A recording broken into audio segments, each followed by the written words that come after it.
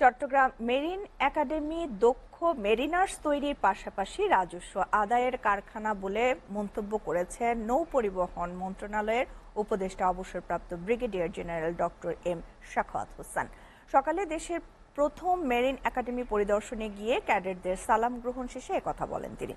উপদেষ্টা বলেন, এখানকার মেরিন ক্যাডেটরা আইএমও নির্দেশনা অনুযায়ী দেশি বিদেশি জাহাজে সুনামের সঙ্গে দায়িত্ব পালন করছেন।